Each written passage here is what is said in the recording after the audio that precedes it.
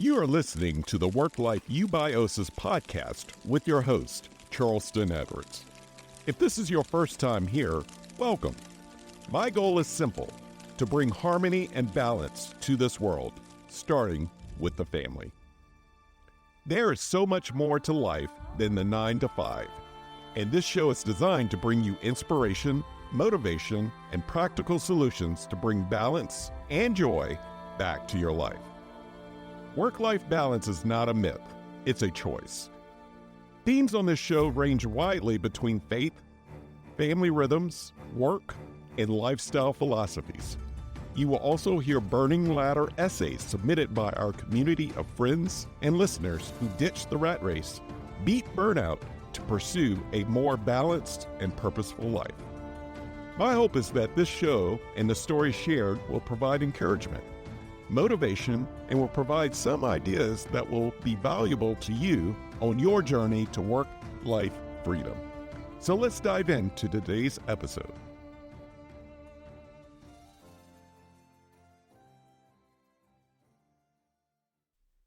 Have you ever reached a point in your career that you started to question everything? What seemed right is now so wrong that you want to spit. When we put the corporate ladder at the center of our universe, it's not surprising that many of us come to a point asking, what am I doing with my life? When we focus on the ladder as our measure of success and happiness in this world, we are buying fool's gold. In short, when God is at the center of our universe, the corporate ladder becomes secondary, and the climb is to an entirely different place. This new destination is always more incredible than we could ever imagine because it's rooted in purpose. We are all designed on purpose for a purpose. For those that have been following Own Your 5 to 9 for the last 2 years, know that I'm not saying anything new. I'm just rephrasing my whole mission, which is a call to action to get our priorities straight once and for all. Family is the most important organization in the world, and we have to do work to change our motives, change how we spend our time, change what we choose to elevate, and change what we choose to worship, to choose a life of purpose.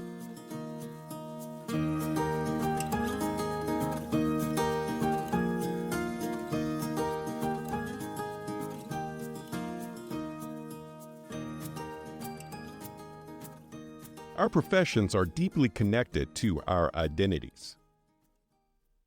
What do you do? This is the first question typically asked amongst strangers meeting for the first time. The answer is always an occupation, skill, or industry. How successful are you? Is never the second question, nor should it. But the clues of success are attached to our names. Doctor, Reverend, PhD, MA, MD, CPA, CEO, and so on and so on. These letters define us. Even beyond the letters are blue check marks, indicating not only a status, but an identity. Letters tied to our names are meant to take us to greater heights on our career ladders. Industry-specific accreditation symbols are proof to the world that the appropriate work has been done to earn the expertise, excellence, and respect in our field. Don't get me wrong, I'm biased. I want to see these symbols for the services that I invest in.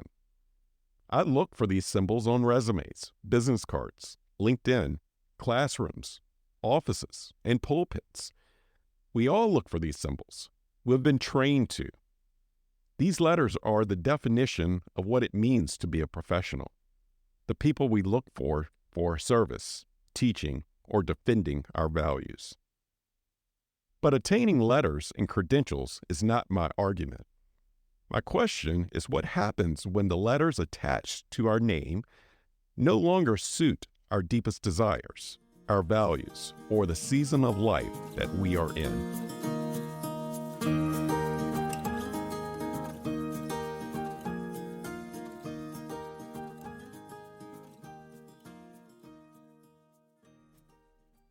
There's a dichotomy to the pursuit of success. We are told to live up to our potential, but this advice is missing the fine print. There is always a crossroad in our journey upward. These choices happen at the micro and macro level. On the micro, it's the daily choice to go 200% for maintaining the status on the ladder while sacrificing commitments to the family. With advanced technology, the day of punching out a clock and calling it quits after 5 o'clock are long gone for knowledge workers. Some families are built for this, but many are not and are struggling. The accumulation of the micro choices to advance the career almost always creates friction at home. We are then forced into a bigger decision, the macro level decision, about our overall lives. Should I make a career change? Is it time for a new job? Is it time to retire? Success comes with sacrifices and tough choices that impacts all aspects of our lives. For those of us that get to midlife with a 2-decade growing career and a growing family in tow, we know how difficult this balance can be.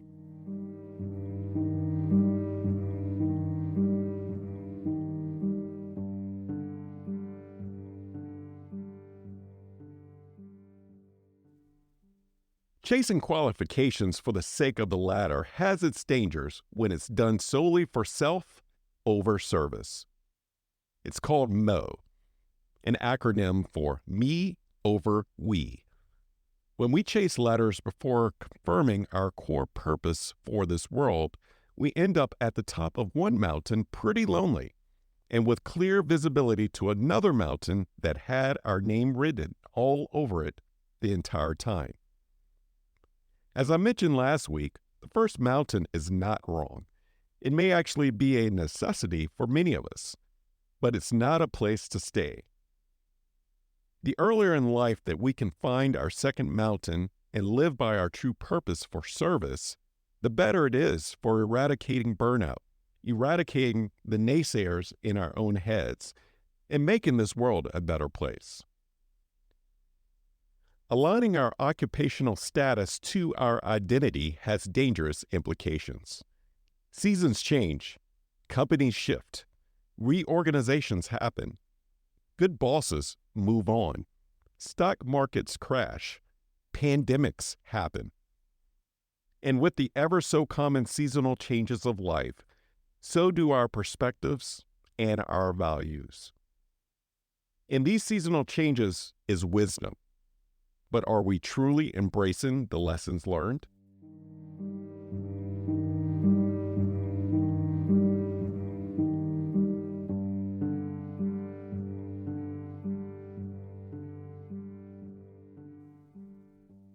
Let's look at some research. According to the Pew Research Center, 83% of workers with a postgraduate degree either somewhat or wholeheartedly agree that their career is central to their overall identity. This same group reported that they lack balance in their lives as they repeatedly work outside of their normal working hours. In another study by the World Happiness Index, they look at life fulfillment from a whole person approach. They indicate that well-being, relationships, geography, economics, family dynamics, freedom, and altruism all play a role in our joy.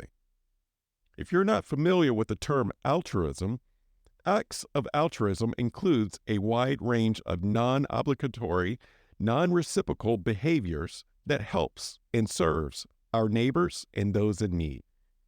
It's in our service to the family, community, and the world. That's where we find true fulfillment. In another study by Pew Research on what makes life meaningful amongst all age groups and working classes, the top answer was family. Not occupation, not titles, and not career. Career status ranked high in this survey, but it wasn't the number one choice. So what gives? We have one study telling us of those that have additional credentials and education don't have balance. And the other studies are telling us that when it boils down to it, serving the family and community are the priority and the keys to a meaningful life. We may know better, but do we do better? There's a difference. To go full circle in what all the research is telling us, we must be very careful in our professional and personal choices. It's easy to compartmentalize our role at work and our numerous roles outside of work, but the two are attached like peanut butter and jelly. We have choices. Before we seek out credentials, elevation on the ladder, or chase promotions, we must consider the implications to our overall lives and what we may have to sacrifice for an extra letter or two. When we get to the root of our purpose, our biggest priority, 9 times out of 10, we will point back to serving others. This isn't presumptuous. These are our own answers to life's biggest question: why are we here? Careers and work-related accomplishments are great and needed to run our society, but climbing the ladder will never alone fulfill our deepest cravings. Never. We are whole human beings, and our identities to our true, authentic selves revolve around our values, not titles. To further this point, I want to look at my biggest role model, my dad, who earned PhDs for the way he lived his entire life. But before I do, let's take a quick break. This episode is brought to you by Own Your 5 to 9, an organization committed to freeing families of the rat race and burnout. Every organization has a leader, mission, and a set of values that drives the organization. But this is commonly missed in the most important organization in the world, the family. An organization has one mission for how it will impact the world. Why not the family? An organization goes into strategic planning to align its values, mission, and projects. Why not the family? Whose Home, a strategic planning guide for families, is a workbook and a tool needed in all households. Whose Home takes a strategic planning approach with 10 guided exercises to define your core family values, family mission, and tools to operationalize how your family does life together. If your family is facing big decisions, Whose Home is for you. If you're considering a career pivot, Whose Home is for you. If you desire more intentionality and harmony in your home, Whose Home is for you. Create a healthy culture, not a hustle culture, at home. Visit ownyour5to9.com to claim your copy today. My dad passed away 12 years ago at the age of 74. He was an ordinary and simple man from a very small town in Southern Virginia. He did not go to college, but he honorably served in the military. After returning from overseas, he went into factory work for the rest of his life. When he wasn't working, he was busy serving his home, family, church, and community.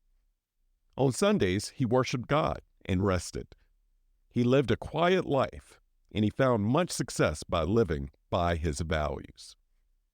I can write a book on my dad for the values that he lived by, but to simply put it, he earned his lifestyle PhD a much different way and was blessed by it.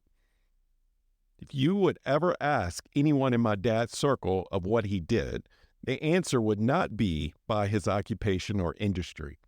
It would be in his traits, like service, faithful, stewardship, charismatic, quiet, wise, humorous, and a balanced family man. If he had a LinkedIn profile, these would be his titles. His accolades and achievements didn't matter, but his values did.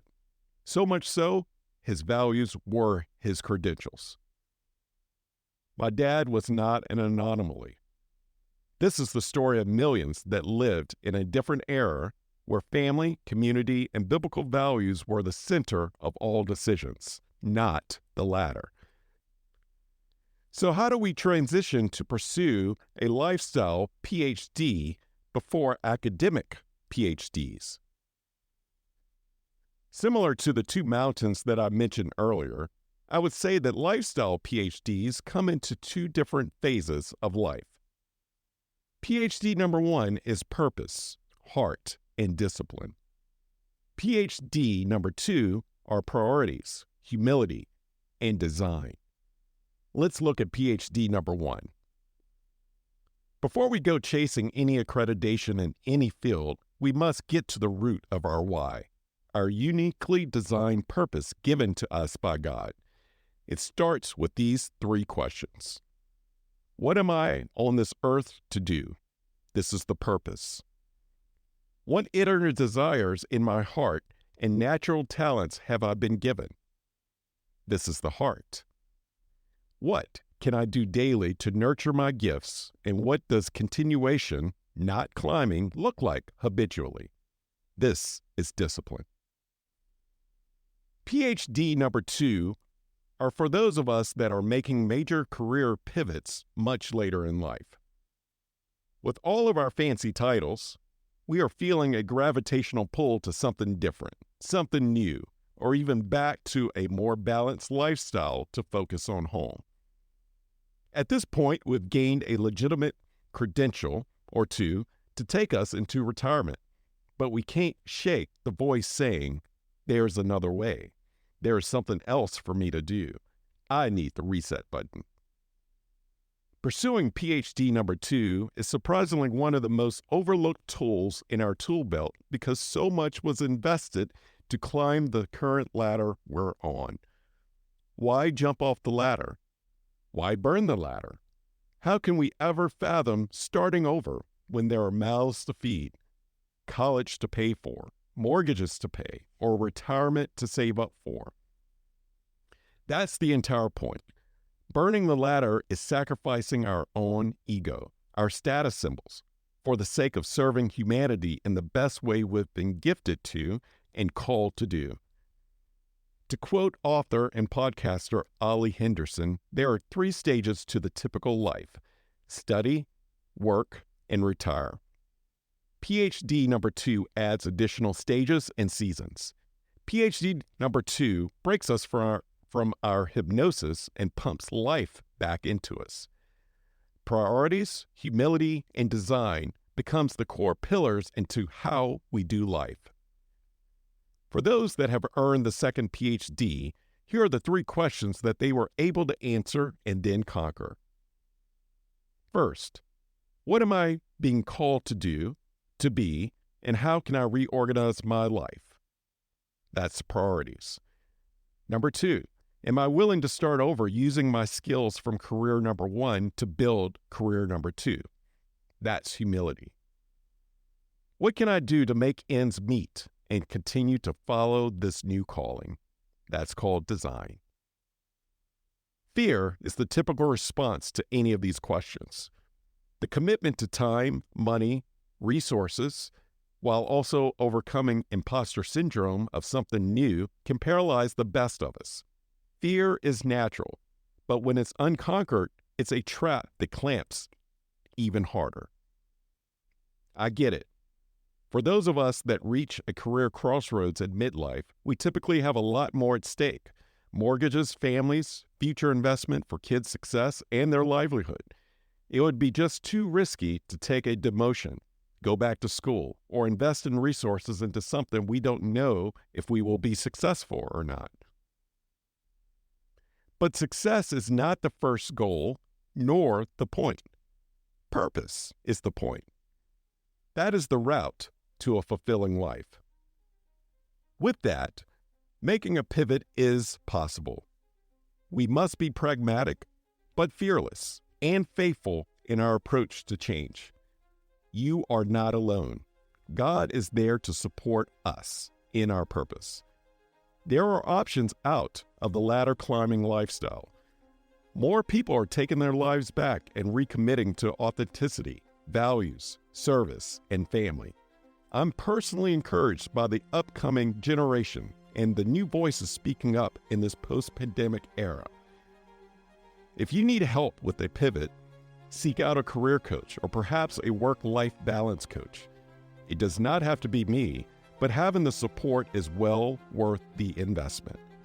If you haven't checked out the Who's Home Workbook, this tool was designed for families who are pivoting, changing careers, starting new businesses, growing their families, and setting out for a more purposeful life. Check it out at ownyour5to9.com to claim your copy and to reclaim your purpose. Meanwhile, remember that we all have choices. Choose wisely on which PhD you're going to pursue first.